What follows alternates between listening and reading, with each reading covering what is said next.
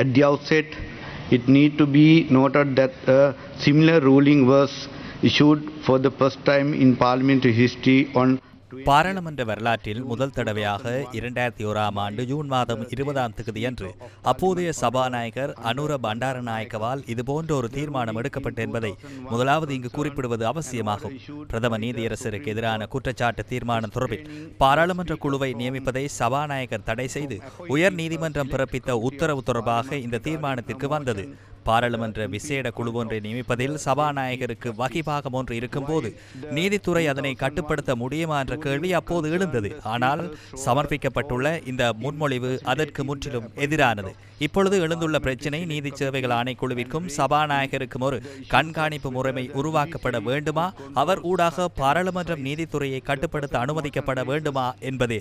இத்தகைய யோசனையை பாராளுமன்ற ஒழுங்கு பத்திரத்தில் உள்ளடக்குவதா இல்லையா என்பது தொடர்பில் தீர்மானம் ஒன்றை மேற்கொள்வது சபாநாயகர் என்ற வகையில் எனக்கு அதிகாரம் உள்ளது. இந்த அதிகாரத்தை நடைமுறைப்படுத்தும் போது உரிய யோசனைகள் அரசியலமைப்புக்கு உட்பட்டனவா என்பது தொடர்பில் கவனம் செலுத்த வேண்டும். எனது நிலைப்பாட்டின் பிரகாரம் மக்களின் நீதித்துறை அதிகாரத்தை ஆக்கிரமிக்கும் எந்த ஒரு சட்ட நடைமுறையை நடைமுறைப்படுத்துவதும் அரசியலமைப்புக்கு முரணானதாகும். இதனால் நீதி சேவைகள் ஆணைக்குழுவினால் முன்னெடுக்கப்படும் நியமனம், பதவி உயர்வு, இடமாற்றம், பதவி நீக்கம், ஒழுக்காற்று நடவடிக்கைகள் தொடர்பில் பாராளுமன்ற தெரிவுக்குழு ஒன்றை நியமிக்குமாறு கோரி 2025ஆம் ஆண்டு நவம்பர் மாதம் 21ஆம் தேதி முன்வைக்கப்பட்ட யோசனை முறையற்றது என்பதை நான் இங்கு அறிவிக்கின்றேன். முதலாவதாக நீதி சேவைகள் ஆணைக்குழுவின் நடவடிக்கைகள் மற்றும் அதன் நோக்கம் மக்களின் நீதித்துறை அதிகாரத்தை நடைமுறைப்படுத்துவதாகும். அதனூடாக நீதித்துறையின் சுயாதீனத்தன்மை பாதுகாக்கும் அரசியலமைப்பின் பாதுகாப்பு உறுதிப்படுத்தப்படுகிறது.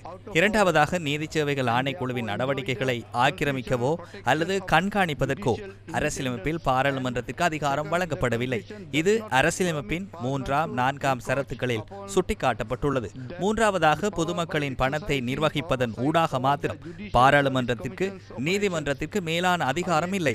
இதனால் நீதி சேவைகள் ஆணைக்குழு தொடர்பில் விசாரணை நடத்துவதற்கு பாராளுமன்ற தெரிவுக்குழுவை நியமிப்பது நீதித்துறையின் சுயாதீன தன்மைக்கு பங்கம் விளைவிக்கும் செயலாகும். அத்துடன் இதனால் மக்களின் நீதித்துறை அதிகாரத்திற்கு பாதிப்பு ஏற்படும். இதனால் இந்த தீர்மானம் இலங்கை பாராளுமன்ற வரலாற்றில் முக்கிய மைல்கல்லாகும். They are patient and attentive hearing of this lengthy ruling, which I believe will stand as a landmark in the parliamentary history of Sri Lanka.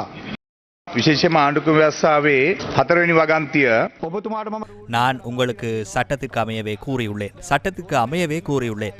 கடிதத்திற்காக பட்டியலை நான் உங்களுக்கு சட்டத்திற்கு அமையவே வழங்கினேன். அந்த சட்டத்தில் இருந்து வழங்கிய பின்னர் மீண்டும் அது தொடர்பில் பேசுவதற்கு முடியாது.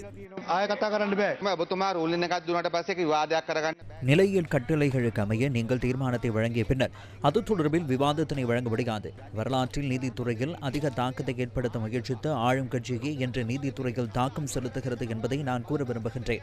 ஆகவே நீங்கள் ஒரு தீர்மானத்தை வழங்கிய பின்னர் அது தொடர்பில் எந்த விவாதமும் செய்ய முடியாது. சபாநாயகர் அவர்களே, எந்தவித பாயிண்ட் ஆஃப் ஆர்டரும் இங்கு இல்லை.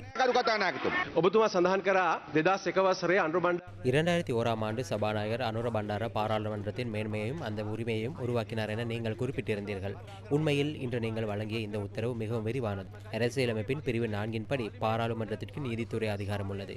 பாராளுமன்றம் அந்த நீதித்துறை அதிகாரத்தை நீதிமன்றங்கள் ஊடாக பயன்படுத்துகின்றது. நீங்கள் அந்த அதிகாரத்தை குறை மதிப்பிற்கு உட்படுத்துகின்றீர்கள்.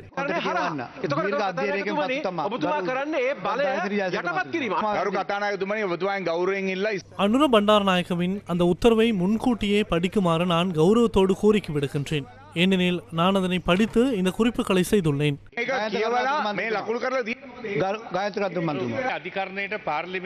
நீதித்துறை, பாராளுமன்றம் மற்றும் நிர்வாகத்திற்கு மக்கள் இறையாண்மை வழங்கியுள்ளனர். இந்த மூன்றில் ஏதேனும் பிரச்சனை இருந்தால் தலையிட எங்களை மக்கள் பிரதிநிதிகளாக நியமித்துள்ளனர்.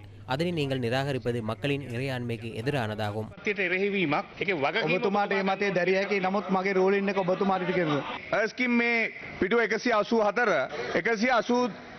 මම ඔබතුමාට පෙන්වන්න කැමතියි. විශේෂයෙන්ම මේක ගැන අවධානය යොමු කරන්න කියලා ඔබතුමාට ඉල්ලනවා. Why was the Constitutional Council established? The Constitutional Council was established. அரசியலமைப்பு சபையே நிறுவப்பட்டது.